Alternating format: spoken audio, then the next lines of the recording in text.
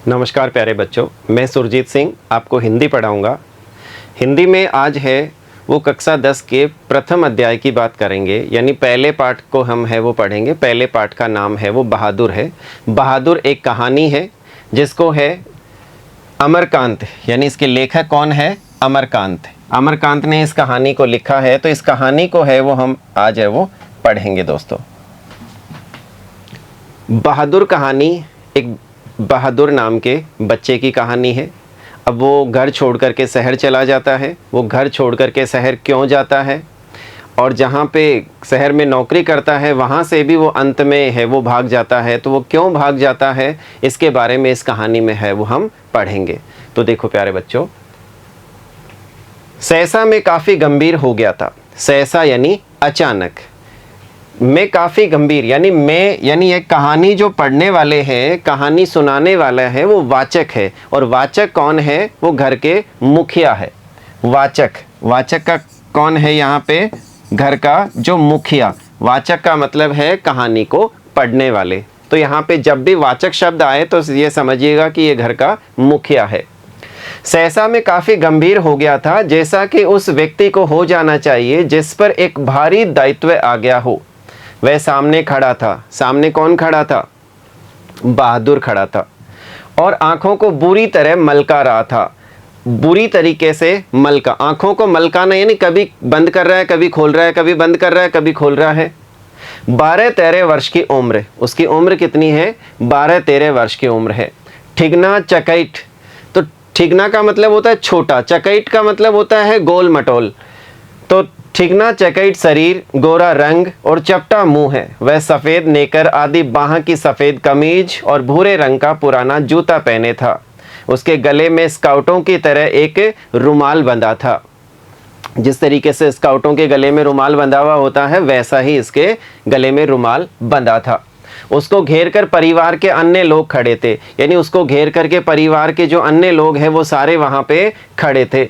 निर्मला चमकती दृष्टि से, यानी जो चेहरे पे है वो एक, आंखों में है वो एक उत्साह या प्रसन्नता हो, उस प्रसन्नता के साथ में है वो कभी लड़के को देखती और कभी मुझको, और अपने भाई को निश्चय ही वह पंच बराबर हो गई थी। यानी भाई तो उसके लिए है वो अभी पंच के बराबर हो गया था। उसको लेकर मेरे साले साहब आए थे। नौकर रखना कई कारणों से बहुत ज़रूरी हो गया था। ये नौकर रखना कई कारणों से ज़रूरी हो गया था। वे क्या कारण है कि नौकर रखने की ज़रूरत पड़ी? तो मेरे सभी भाई और रिश्तेदार अच्छे ओहदों पर थे।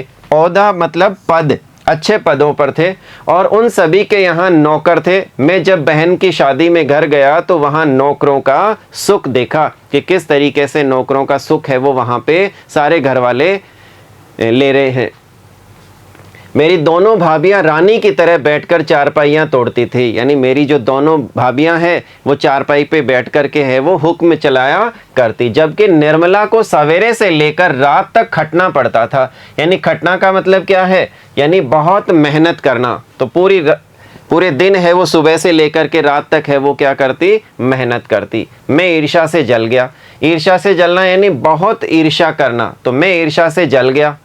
इसके बाद नौकरी पर वापस आया तो निर्मला दोनों जून का मतलब होता है समय, दोनों जून यानी सुबह और शाम नौकर चाकर की माला जपने लगी, यानी बार बार रट लगाने लगी नौकर चाकर की।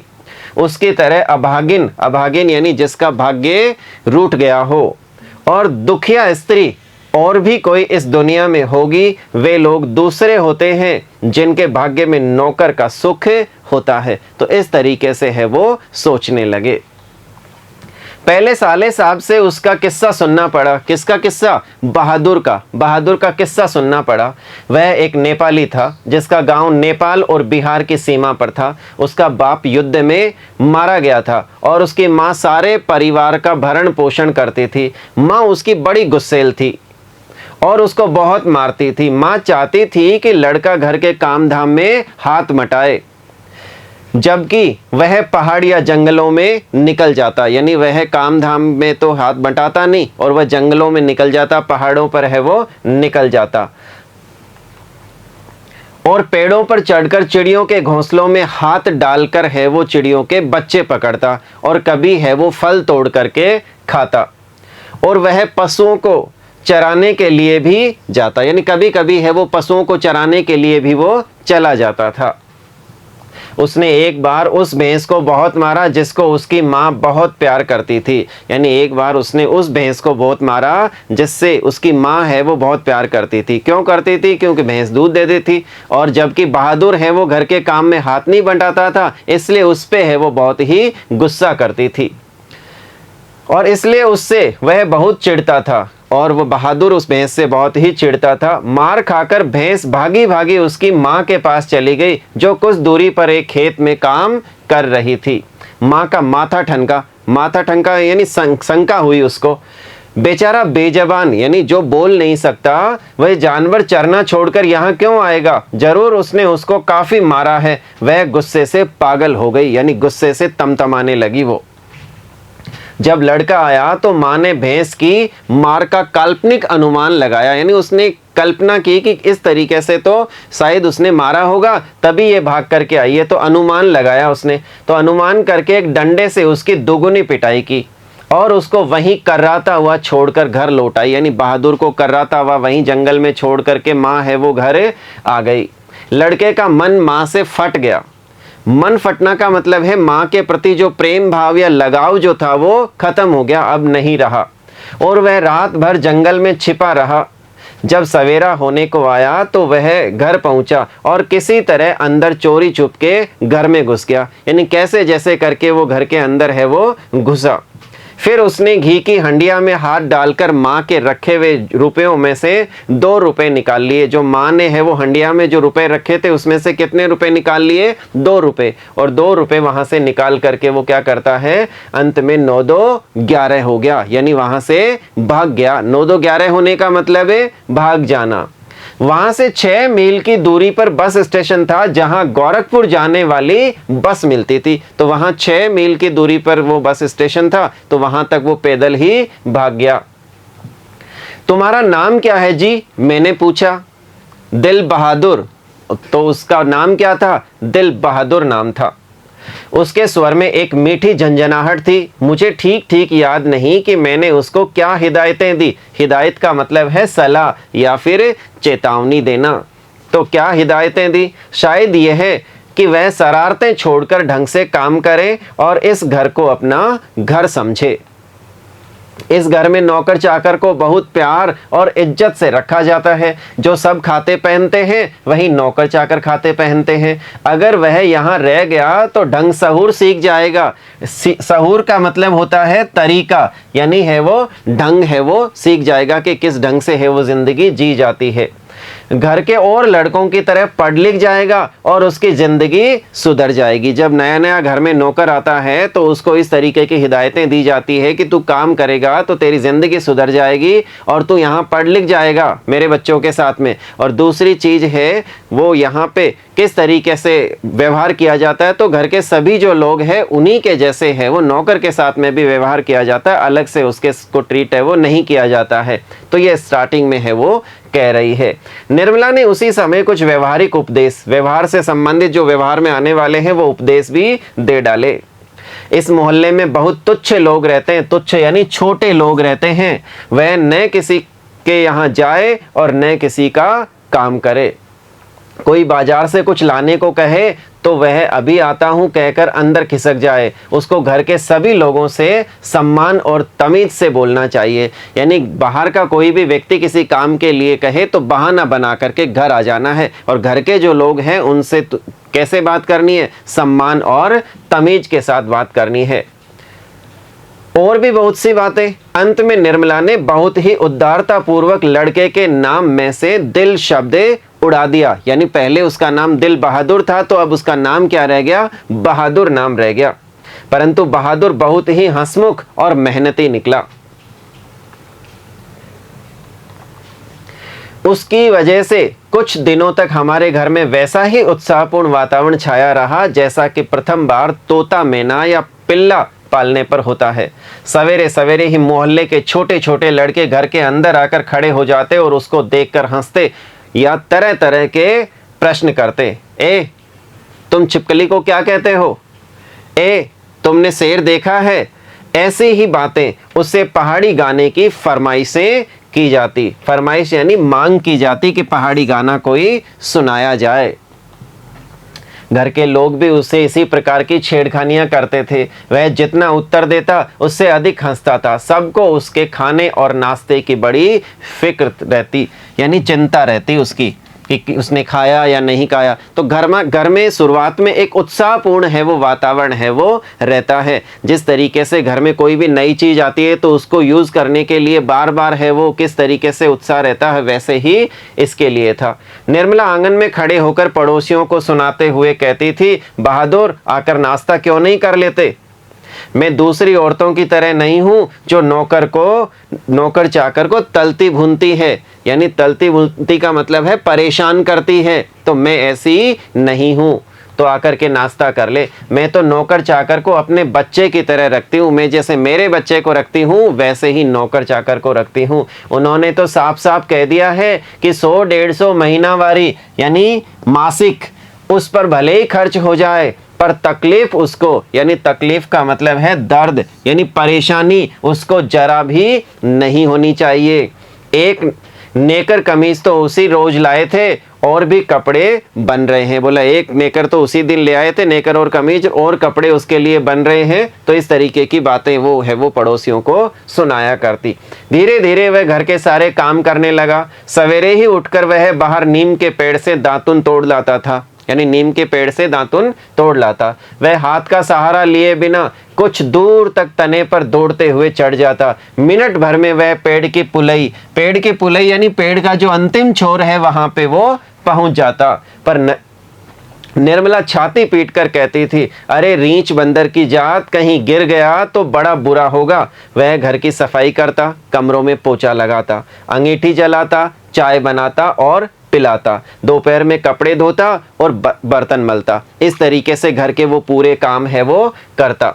वह रसोई बनवाने की भी जिद करता, पर निर्मला स्वयं सब्जी और रोटी बनाती। यानी वो तो ये भी कहता कि मैं रोटी सब्जी बनवा दूं, लेकिन निर्मला खुद है वो रोटी और सब्जी बनाया करती थी। निर्मला की उसको बहुत फिक्र रहती थी। उसके उन दिनों तबीयत ठीक नहीं रहती थी। किसकी? निर्मला की तबीयत है वो ठीक नहीं रहती थी, इसलिए वह कुछ दवा ले रही थी। बहादुर उसको कोई काम करते देखकर कहता था, माताजी मेहनत न करो, तकलीफ बढ़ जाएगा। अब तकलीफ बढ़ जाएगा यानी यहाँ पे ये पहाड़ी बच्चा है तो उसको शुद्ध रूप से हिंदी बोलना नहीं आती, तो उसी तरीके के शब्दों का प्रयोग है वो करता है। वह कोई भी काम करता होता, समय होने पर हाथ धोकर भालू की तरह दौड़ता हुआ कमरे में जाता और दवाई का डिब्बा निर्मला के सामने लाकर रख देता। वो जब मैं शाम को दफ्तर से आता तो घर के सभी लोग मेरे पास आकर दिन भर के अपने अनुभव सुनाते थे। बाद में वह भी आता था। वह एक बार मेरी ओर देखकर सिर झुका लेता और धीरे धीरे मुस्कुराने लगता। वह किसी बहुत ही मामूली घटना की रिपोर्ट यानी सूचना देता वो मुझे। बाबूजी बहन जी का एक सहेली आया था, या बाबूजी भैया सिनेमा गया था। इस तरीके की वो बातें हैं वो बताया करते। उसके बाद वह इस तरह हंसने लगता था गोया बहुत ही मज़ेदार, गोया यानी जैसे बहुत ही मज़ेदार बात कह दी हो। मैं उससे बातचीत करना चाहता था, पर ऐसी इच्छा रहते हुए भी मैं जानबूझकर बहुत गंभीर हो जाता था और दूसरी ओर देखने लगता था। यानी मैं बातचीत करना तो चाहता था, लेकिन फिर भी मैं है वो गंभीर हो जाता और बातचीत नहीं करता। निर्मला कभी कभी उससे पूछती थी, बहादुर तुमको अपनी माँ की याद आती है? नहीं। क्यों? वह मारता क्यों था? यानी उसकी माँ है वो उसे मारती थी। इतना कहकर वह खूब हंसता था जैसे मार खाना खुशी की बात हो। तब तुम अपना पैसा माँ के पास कैसे भेजने को कहते हो? माँ बाप का कर्जा तो जन्म भर भरा जाता है। ये कौन कहता है? ये बहादुर कहता है कि माँ बाप का कर्जा तो जन्म भर भरा जाता है, क्योंकि माँ बाप के प्रति हमारा ये कर्तव्य है जो है वो पूरा कर रहे हैं। और वह और भी हंसता था। निर्मला ने उसको एक फटी पुरानी दरी दे दी थी। घर से वह एक चादर भी ले आया था। रात को काम धाम करने के बाद वह भीतर के बरामदे में एक टूटी हुई बंसकट, बंसकट यानी बांस की बनी हुई जो खाट होती है उसको है वो कहते हैं, तो बांस की बनी हुई खाट पर अपना बिस्तर बिछाता था। वह बिस्तरे पर बैठ जाता और जेब में से कपड़े की एक गोल सी नेपाली टोपी निकालकर तिरछी यानी पहन लेता, यानी निकालकर वह पहन लेता, जो बाईं ओर से काफी क्या थी, झुकी हुई थी। फिर वह एक छोटा सा आईना निकालकर बंदर की तरह उसमें अपना मुंह देखता था, यानी आईने में वो अपना बंदर की तरह मुंह देखता। वह बहुत ही प्रसन्न नजर आता था, वो बहुत ही क्या था, प्रसन्न नजर आ रहा था। इसके बाद कुछ और भी चीजें उसकी जेब से निकलकर उसके बिस्तरे पर सज जाती थी। कुछ गोलियां, पुराने ताश की एक गड्डी, कुछ खूबसूरत पत्थर के टुकड़े, ब्लेड, कागज की नावें, वो सारी है वो उसे बिस्तरे पे सज जाती। वह कुछ देर तक उनसे खेलता था। उसके बाद वह धीमे धीमे स्वर में गुनगुनाने लगता था। उन पहाड़ी गानों का अर्थ हम समझ नहीं पाते थे, पर उनकी मीठी उदासी सारे घर में फैल जाती, जैसे कोई पहाड़ की निर्जनता में अपने किसी बिछुड़े हुए साथी को बुला रहा हो। यानी कुल मिलाकर के है वो पहले है वो आराम से खेलता, और उसके बाद में जब उसको घर की याद आती तो वो धीरे धीरे है वो पहाड़ी गाने है वो गुनगुनाया करता। दिन मजे में बीतने लगे। बरसात आ गई थी, पानी रुकता था और बरसता था। मैं अपने को बहुत ऊंचा महसूस करने लगा था। अब वाचक कहता है कि मैं अब अपने आप को और भी ज़्यादा ऊंचा है वो महसूस करने लगा। अपने परिवार और संबंधियों के बड़प्पन यानी अपने आप को बड़ा समझना, बड़प्पन तथा शान बान पर मुझे सदा गर्व रहा है। अब मैं मोहल्ले के लोगों को पहले से भी तुच्छ समझने लगा, यानी छोटा समझने लगा। मैं किसी से सीधे मुंह बात न करता, किसी की और ठीक से देखता भी नहीं था। दूसरे के बच्चों को मामूली सी शरारत पर डांट डपट देता था। कई बार पड़ोसियों को सुना चुका था, जिसके पास कलेजा है वही आजकल नौकर रख सकता है, यानी जिसके पास में कलेजा है वही आजकल नौकर रख सकता है। घर के सवांग की तरह रहता है। सवांग का मतलब स्वयं प्लस अंग, यानी खुद के अंग, यानी घर के सदस्य के जैसे है वो रहता है। निर्मला भी सारे मोहल्ले में शुभ सूचना दे आई थी। आधी तनख्वाह तो नौकर पर ही खर्च हो रही है, पर रुपया पैसा कमाया किस ले जाता है। ये तो कई बार कह ही चुके थे कि तुम्हारे लिए दुनिया के किसी कोने से नौकर जरूर लाऊंगा। वही हुआ। निसंदेह बहादुर, निसंदेह यानी बिना किसी संदेह के, बहादुर की वजह से सबको बहुत आराम मिल रहा था। घर खूब साफ और चिकना रहता। कपड़े भी चमाचम, कपड़े भी किस तरीके से रहते, बिल्कुल चमाचम, यानी घर पूरी तरीके से है वो साफ रहता। निर्मला की तबीयत भी काफी सुधर गई थी। अब कोई एक खर भी नहीं टकसाता था, यानी कोई भी घर का काम है वो नहीं करता था। किसी को मामूली काम करना होता तो वह बहादुर को आवाज देता, बहादुर एक गिलास पानी, बहादुर पेंसिल नीचे गिरी है उठाना। इसी तरह की फरमाइशें की जाती, यानी आदेश दिए जाते। बहादुर घर में फिरकी की तरह नाचता, यानी बहुत तेजी से है वो इधर उधर काम करता। सभी रात में पहले ही सो जाते थे और सवेरे 8 बजे से पहले न उठते थे, क्योंकि घर का सारा काम है वो तो बहादुर कर लेता, इसलिए सब लोग जल्दी सो जाते और आराम से 8 बजे तक लेट है वो सुबह उठते। मेरा बड़ा लड़का किशोर काफ़ी शान शौकत का मतलब ठाट बाट और रोब दाब से रहने का कायल था। कायल का मतलब होता है यानी मानने वाला, यानी रहने वाला कि भाई मैं इस तरीके का। और उसने बहादुर को अपने कड़े अनुशासन यानी नियम कायदे में रखने की आवश्यकता महसूस कर ली थी। फलतः उसने अपने सभी काम बहादुर को सौंप दिए, यानी सारे जो खुद के काम थे वो किसको सौंप दिए, बहादुर को। सवेरे उसके जूते में पॉलिश लगनी चाहिए, कॉलेज जाने के ठीक पहले साइकिल की सफाई होनी चाहिए, यानी ये सब जरूरी था। इसने ये आदेश है वो किसको दे दिया, बहादुर को दे दिया।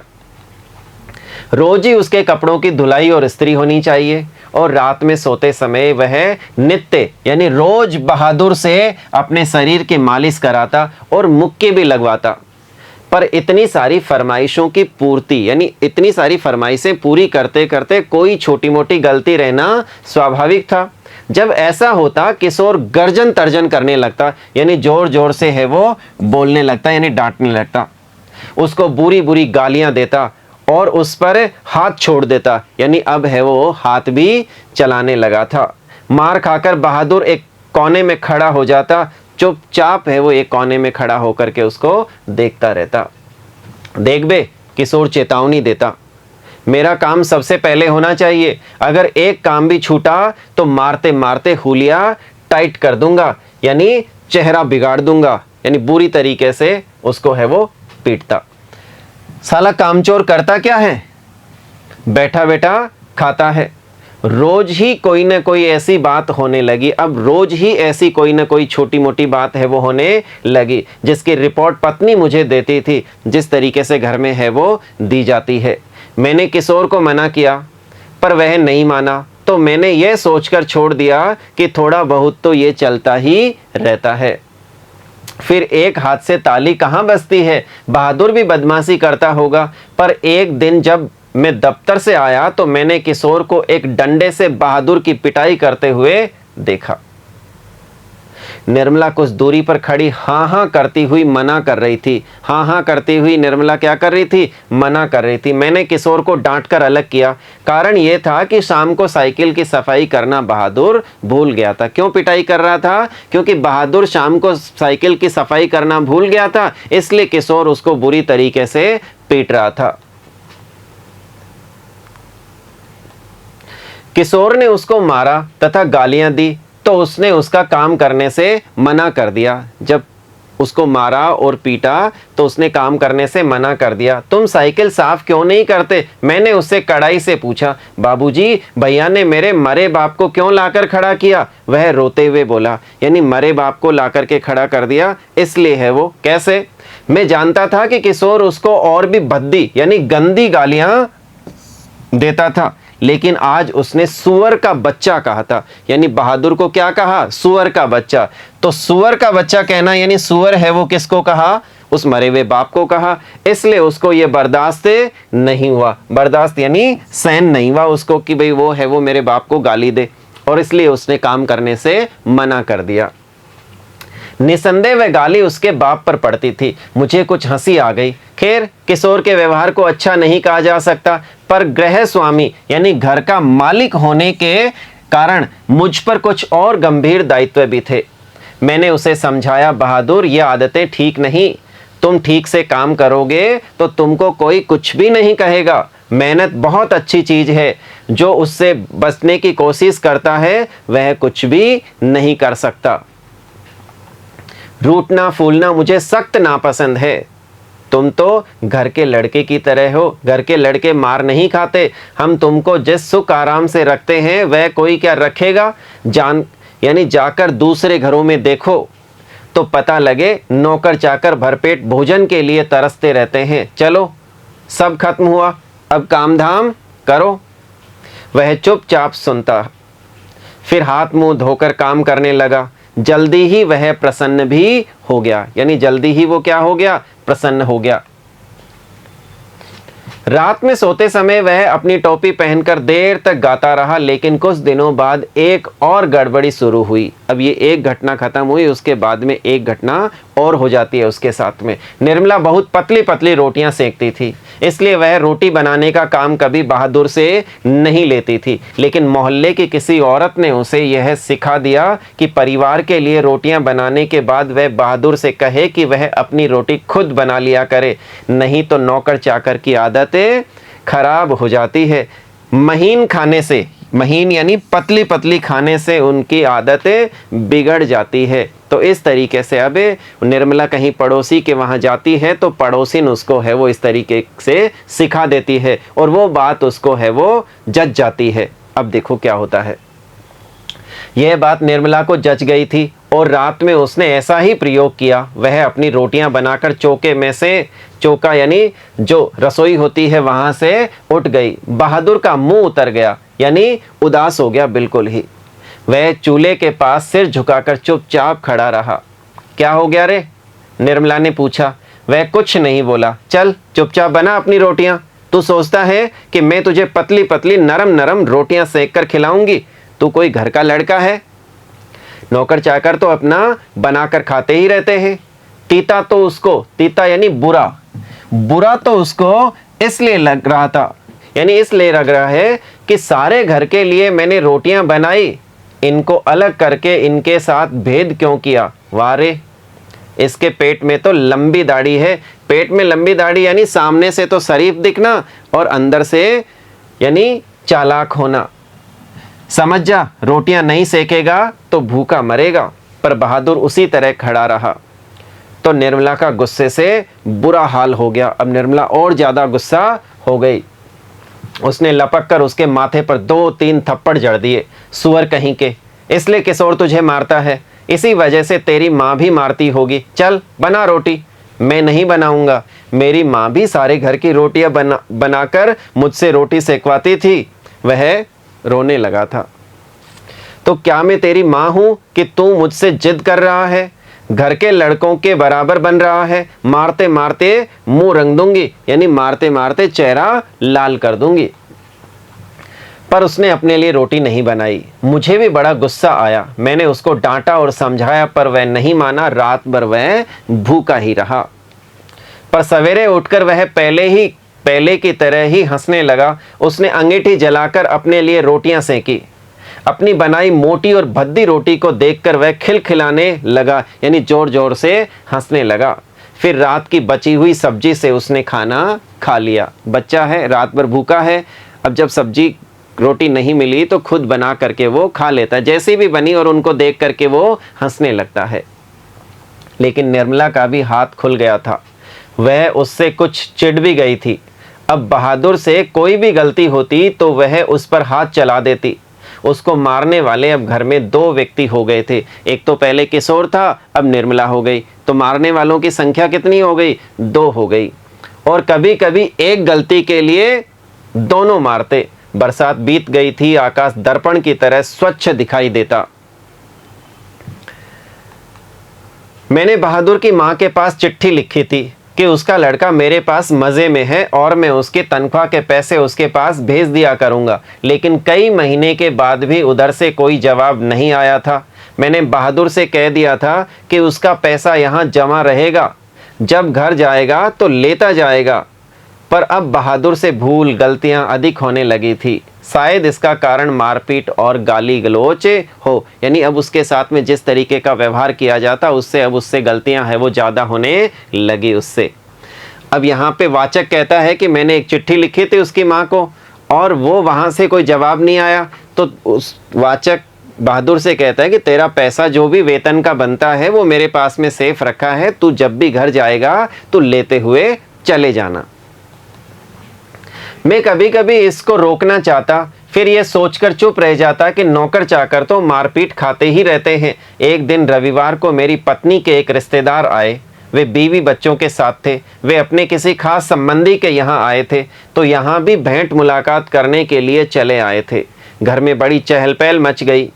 मैं बाजार से रोहू मछली और देहरादूनी चावल ले आया, यानी मेहमान घर आए हैं तो उनके लिए चावल और मछली ले आते हैं वो। नाश्ते पानी के बाद बातों की जलेबी छनने लगी। बातों की जलेबी छनने का मतलब है इधर उधर की बातें होने लगी। पर इसी समय एक घटना हो गई। अब यहाँ पे तीसरी घटना है वो घटित होती है। अचानक उस रिश्तेदार की पत्नी नीचे फर्श पर झुककर देखने लगी। फिर उसने चारपाई के अंदर झांक कर देखा। अंत में कमरे के अंदर चली गई और फर्श पर पड़े हुए कागजों को उठाकर जांच पड़ताल करने लगी। क्या बात है? मैंने पूछा। रिश्तेदार की पत्नी जबरदस्ती मुस्कुराकर मजबूरी में सिर हिलाते हुए बोली, क्या बताएं, 11 रुपए साड़ी के खूंट में निकालकर यहीं चारपाई पर रखे थे, पर वह मिल नहीं रहे हैं। साड़ी के खूंट यानी साड़ी का जो पल्लू होता है उसके अंदर बांध करके रखे थे, जो उसको अब मिल नहीं रहे हैं। आपको ठीक याद है ना? हाँ हाँ, खूब अच्छी तरह याद है। ये रुपए मैंने खूंट में बांध कर रखे थे, रिक्शे वाले को देने के लिए खूंट खोला ही था, फिर वे रुपए चारपाई पर रख दिए थे कि 4 रुपए की मिठाई मंगा लूंगी और कुछ बच्चों के हाथ पर रख दूंगी। रास्ते में कोई ढंग की दुकान नहीं मिली थी, नहीं तो उधर से ही लाती। किसी के यहाँ खाली हाथ जाने में अच्छा नहीं लगता। बताइए, अब तो मैं कहीं की नहीं रही। और इस तरीके से रिश्तेदार की जो पत्नी है वो बातें करने लगी। फिर मेरी ओर झुककर धीमे स्वर में कहा था, पूछिए न, वह इधर आया था, कुछ देर तक वह यहाँ खड़ा था, फिर तेजी से बाहर चला गया था। अरे नहीं, वह ऐसा नहीं है, मैंने कहा। You do not know, these people are expert in this art. रिश्तेदार ने कहा। रिश्तेदार ने क्या कहा? कि आप नहीं जानते, ये लोग इस कला में बड़े माहिर होते हैं, प्रवीण होते हैं। वह सिर झुकाकर आटा गूंद रहा था। उसके चेहरे पर संतुष्टि एवं प्रसन्नता थी, यानी वो अपना आटा गूंद रहा था तो उसके चेहरे पर बिल्कुल संतुष्टि और प्रसन्नता का भाव था, क्योंकि अगर वो लेता तो शंका की दृष्टि से उसका भी चेहरा लाल हो जाता, लेकिन फिर भी ऐसा कुछ भी नहीं था। उसने ऐसा काम तो कभी नहीं किया, बल्कि जब कभी उसने 2-4 आने इधर उधर पड़े देखे तो उठाकर निर्मला के हाथ में दे दिए थे। पर किसी के दिल की बात कोई कैसे जान सकता है? न मालूम अचानक मुझे क्या हो गया और मैं गुस्से में आ गया। यानी वाचक कहता है कि मुझे भी गुस्सा आ गया। बहादुर, मैंने कड़े स्वर में पूछा। जी बाबूजी, इधर आओ। वह आकर खड़ा हो गया। तुमने यहाँ से रुपए उठाए थे? नहीं जी बाबूजी। जी नहीं बाबूजी, उसने निर्भय उत्तर दिया, यानी निर्भय होकर उत्तर दिया कि जी नहीं बाबूजी, मैंने पैसे नहीं उठाए। ठीक बताओ, मैं बुरा नहीं मानूंगा। नहीं बाबूजी, मैं लेता तो बता देता। तुम यहाँ खड़े नहीं थे, रिश्तेदार की पत्नी ने कहा, फिर तेजी से बाहर चले गए थे। देखो भैया, सच सच बता दो, मिठाई खरीदने और बच्चों को देने के लिए ये रुपए रखे थे, मैं तो बुरी फंसी। अब वापस जाने के लिए रिक्शे के भी पैसे नहीं, मैं तो बाहर नमक लेने लगा। यानी बहादुर कहता है कि मैं तो बाहर नमक लेने के लिए गया था। सच सच बता बहादुर, अगर नहीं बताएगा तो बहुत पीटूंगा और पुलिस के सुपुर्द कर दूंगा। मैं चिल्ला पड़ा, मैंने नहीं लिया बाबूजी। बहादुर का मुंह काला पड़ गया। पता नहीं मुझे क्या हो गया, मैंने सहसा उछलकर उसके गाल पर एक तमाचा जड़ दिया। मैं आशा कर रहा था कि ऐसा करने से वह बता देगा। तमाचा खाकर वह गिरते गिरते बचा। उसकी आंखों से आंसू गिरने लगे। मैंने नहीं लिया। इसी समय रिश्तेदार साहब ने एक अजीब हरकत की। अच्छा छोड़िए, इसको पुलिस के पास ले जाता हूँ। इतना कहकर उन्होंने बहादुर का हाथ पकड़ लिया और उसको दरवाजे की ओर घसीट कर ले गए। पर दरवाजे के पास उससे धीरे से बोले, देखो तुम मुझे बता दो, मैं कुछ नहीं करूँगा, बल्कि तुमको इनाम में 2 रुपए दे दूंगा। पर बहादुर ने इनकार कर दिया।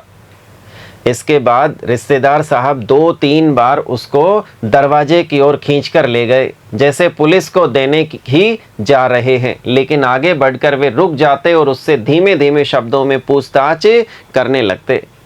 अंत में हारकर उन्होंने उसको छोड़ दिया और वापस आकर चारपाई पर बैठते हुए हंसकर बोले, जाने दीजिए, ये सब बड़े घाघ होते हैं। बड़े घाघ, घाघ का मतलब चालाक, तो ये बड़े चालाक होते हैं। किसी झाड़ी वाड़ी में छिपा आया होगा या जमीन में गाड़ आया होगा। मैं तो इन सबों को खूब जानता हूँ, भालू बंदर से कम थोड़े होते हैं ये। चलिए, इतना नुकसान लिखा था। इसके बाद निर्मला ने भी उसको डराया धमकाया और 2-4 तमाचे जड़ दिए, पर वह नहीं करता रहा। इस घटना के बाद बहादुर काफी डांट मार खाने लगा। घर के सभी लोग उसको कुत्ते की तरह दुरदुराया करते। कुत्ते की तरह दुरदुराना मतलब डांटना या भगाना। तो ये है, वो उसके साथ में व्यवहार करने लगे। किशोर तो जैसे उसकी जान के पीछे पड़ गया था। जान के पीछे यानी बहुत परेशान करना। वह उदास रहने लगा और काम में लापरवाही करने लगा। एक दिन में दफ्तर से विलंब से आया, यानी देर से आया। निर्मला आंगन में चुपचाप सिर पर हाथ रखकर बैठी थी। अन्य लड़कों का पता नहीं था, केवल लड़की अपनी माँ के पास खड़ी थी। अंगीठी अभी जली नहीं थी। आंगन गंदा पड़ा था, बर्तन बिना मले हुए रखे थे। सारा घर जैसे काट रहा हो, यानी घर में रहने का बिल्कुल भी मन नहीं कर रहा हो।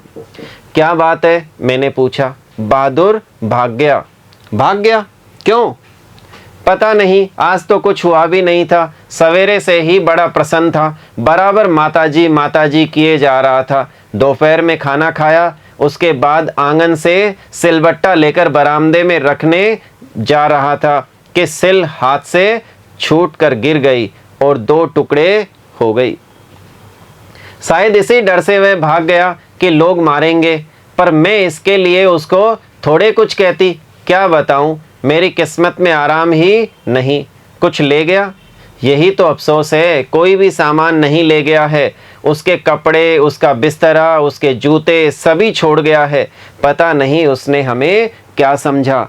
अगर वह कहता तो मैं उसे रोकती थोड़ी, बल्कि उसको खूब अच्छी तरह पहना उड़ाकर भेजती। पहना यानी वस्त्र आदि चीजें हैं वो दे करके उसको भेजती। हाथ में उसके तनख्वाह के रुपए रख देती, 2-4 रुपए और अधिक दे देती। पर वह तो कुछ ले ही नहीं गया, यानी वह तो कुछ ले करके नहीं गया। और वे 11 रुपए, अरे वह सब झूठ है। मैं तो पहले ही जानती थी कि वे लोग बच्चों को कुछ देना नहीं चाहते, इसलिए अपनी गलती और लाज छिपाने के लिए यह प्रपंच रच रहे हैं। प्रपंच का मतलब क्या होता है? दिखावा, यानी छल कर रहे हैं। उन लोगों को क्या मैं जानती नहीं? अभी उनके रुपए रास्ते में गुम हो, यानी कभी तो उनके रुपए रास्ते में गुम हो जाते हैं, कभी वे गलती से घर ही पर छोड़ आते हैं। मेरे कलेजे में तो जैसे कुछ होड़ रहा है, यानी कुछ उथल पुथल मची है। किशोर को भी बड़ा अफसोस है। अफसोस का मतलब है कि दुख है। उसने सारा शहर छान मारा, यानी सारे शहर में ढूंढ लिया उसने, पर बहादुर नहीं मिला। किशोर आकर कहने लगा, अम्मा एक बार भी अगर बहादुर आ जाता तो मैं उसको पकड़ लेता और कभी जाने न देता, उससे माफ़ी मांग लेता और कभी नहीं मारता। सच, अब ऐसा नौकर कभी नहीं मिलेगा। यानी अब किशोर भी है वो इस बात पे अफसोस जताता है, यानी वो भी काफ़ी दुखी होता है। निर्मला पहले से ही दुखी है। कितना आराम दे गया वह। अगर वह कुछ चुरा कर ले गया होता तो संतोष हो जाता। निर्मला आंखों पर आंचल रखकर रोने लगती है। मुझे बड़ा क्रोध आया, मैं चिल्लाना चाहता था, पर भीतर ही भीतर मेरा कलेजा जैसे बैठ रहा हो, यानी पूरी तरीके से मैं दुखी हो गया। मैं वहीं चारपाई पर सिर झुकाकर बैठ गया। मुझे एक अजीब सी लघुता, यानी छोटेपन का अनुभव हो रहा था। यदि मैं न मारता तो शायद वह न जाता, यानी वो अब अफसोस कर रहे हैं कि शायद मैं उसे नहीं मारता तो शायद बहादुर नहीं जाता। मैंने आंगन में नज़र दौड़ाई। एक और स्टूल पर उसका बिस्तरा रखा था, अलगनी पर उसके कुछ कपड़े टंगे थे। स्टूल के नीचे वह भूरा जूता था जो मेरे साले साहब के लड़के का था। मैं उठकर अलगनी के पास गया और उसके नेकर की जेब में हाथ डालकर उसका सामान निकालने लगा। वही गोलियां, पुरानी ताश की गड्डी, खूबसूरत पत्थर, ब्लेड, कागज के टुकड़े, यानी कागज की जो नावें हैं वो। तो ये सारा का सारा सामान वहाँ से मिलता है। अलगनी का मतलब होता है यानी कपड़े टांगने की जो रस्सी होती है वो। तो वहाँ जा कर के तो इस तरीके से वही खिलौने। तो बहादुर कुछ भी नहीं लेकर के वहाँ से जाता है और वहाँ परेशान होकर के चला जाता है, क्योंकि बहादुर बहुत ही संवेदनशील बच्चा है, इसलिए इन चीज़ों को वो सहन नहीं कर पाया। खासकर उसके ऊपर जो ये चोरी का इल्ज़ाम लगा झूठा, उसको वो बर्दाश्त नहीं कर पाया और वो वहाँ से भाग जाता है। तो इस तरीके से हमने इस कहानी को पढ़ा। कल अगले वीडियो में है वो हम इसके प्रश्नोत्तरों को देखेंगे, किस तरीके के प्रश्न एग्ज़ाम में पूछे जाते हैं और कैसे हमें उनके उत्तर लिखने हैं। तो नमस्कार दोस्तों, धन्यवाद।